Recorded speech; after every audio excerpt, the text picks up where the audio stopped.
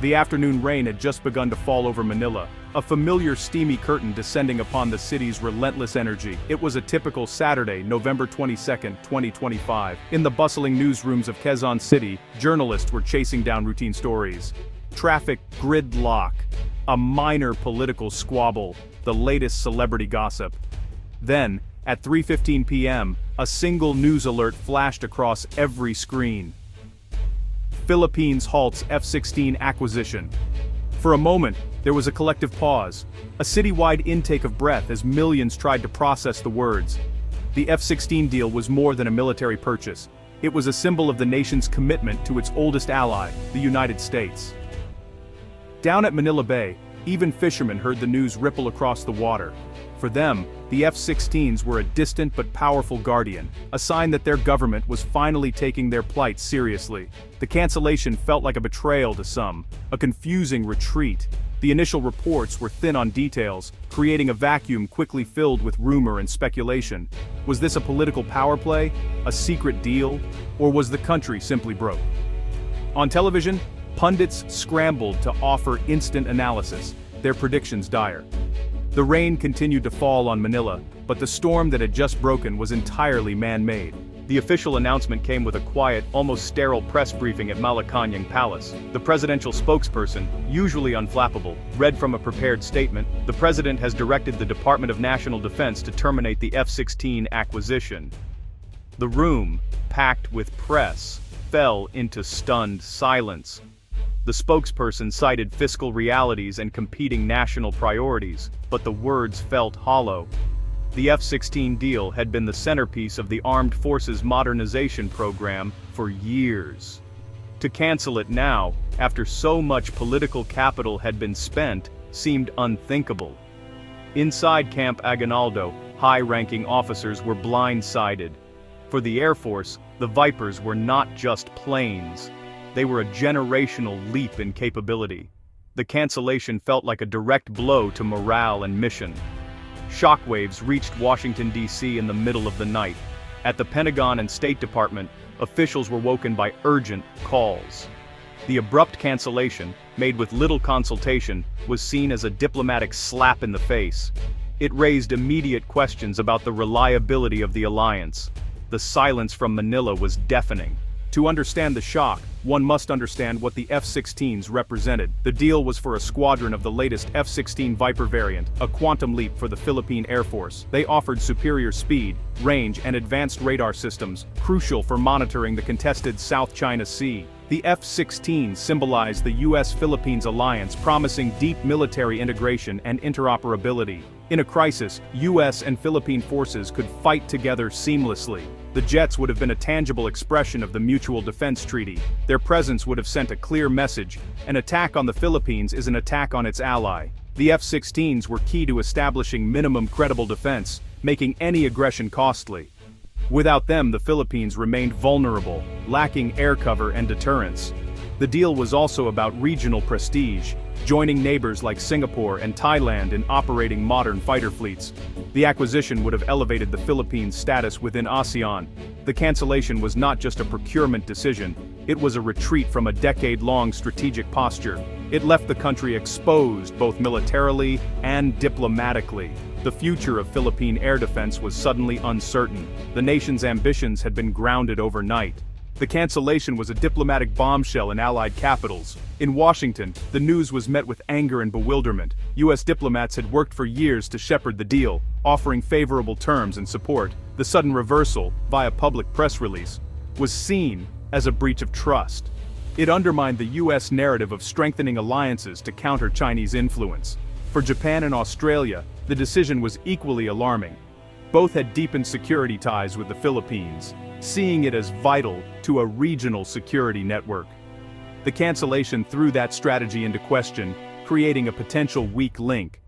The timing was especially jarring, coming amid heightened Chinese assertiveness in the South China Sea. The F-16s were seen as the most direct response to this pressure. For the Philippines to back away now seemed illogical to outside observers. The U.S. and its allies were in the middle of a major diplomatic push for unity. The F-16 deal was the aerial component of this strategy. its cancellation pulled the rug out from under these efforts. For diplomats, the news from Manila felt like self-sabotage. The government quickly framed its decision as a strategic pivot born of pragmatism. The official reason, the staggering cost. $5.5 billion was a colossal sum for a developing nation. Advisors presented a stark choice: fund the F-16s, or invest in infrastructure, healthcare, and poverty reduction. The F-16s, they argued, were a luxury the country could not afford. Officials emphasized long-term costs, maintenance, training, munitions that could double the price. The new mantra: cost-effective defense. The government insisted it was not abandoning modernization, but pursuing a more sustainable path.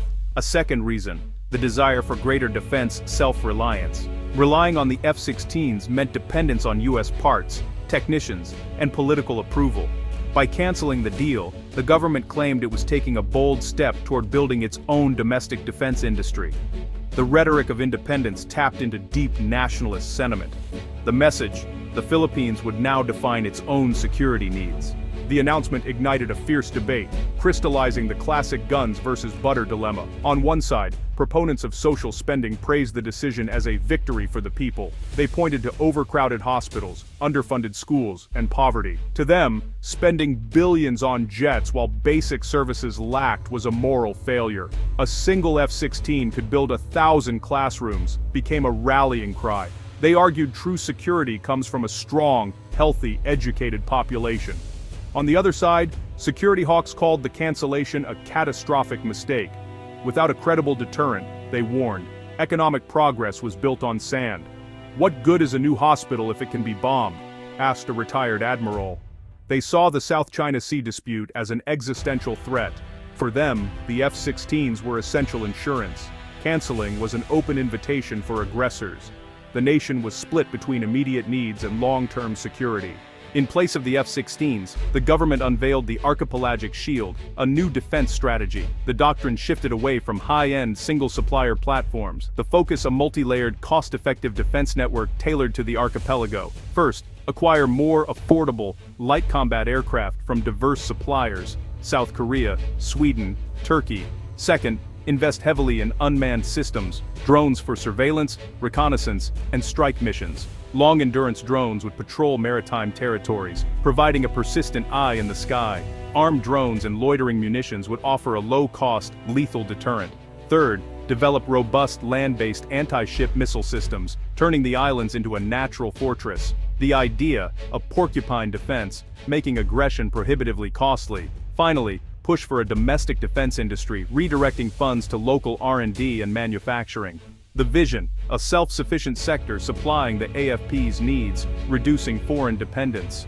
The plan was ambitious, promising smarter defense and economic growth. The nation was moving beyond the shadow of the United States. The U.S. reaction was one of deep concern, barely masked by diplomatic language. Officials reiterated that the F-16 deal would have significantly enhanced Philippine defense. Behind the scenes, the move was seen as a setback for the U.S. pivot to Asia. Questions swirled about the future of the alliance. In contrast, Beijing's response was muted but optimistic. Chinese media framed the cancellation as a wise move, avoiding entanglement in America's rivalry. For China, the absence of U.S. fighters nearby was a strategic win. Other Southeast Asian nations watched with anxiety and curiosity. For Vietnam, the decision was worrying, signaling a potential crack in regional resistance to China. Some feared it would embolden Beijing and weaken ASEAN's position. Yet others saw the Archipelagic Shield as an intriguing model for smaller nations. Defense ministers from Indonesia and Malaysia were reportedly keen to learn more. The Philippines had started a new conversation about middle power strategy. The Philippines' decision to cancel the F-16 deal is a high-stakes gamble.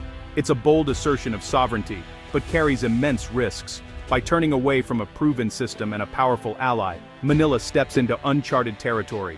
The success of the Archipelagic Shield is far from guaranteed. Integrating diverse technologies from multiple countries is notoriously difficult. The move may de-escalate tensions with China, but could be seen as weakness. It has strained the U.S. relationship, and rebuilding trust will take time. The Philippines may find itself isolated, caught between a wary ally and an assertive neighbor. The dream of independent policy is appealing, but reality can be lonely and dangerous. Whether this is a visionary move or a historic blunder will only be answered by time. Will a diversified, drone-heavy force prove brilliant, or leave the nation vulnerable? The government has rolled the dice, betting on self-reliance. The skies over the archipelago are quiet for now, but they hold the answer to the nation's future.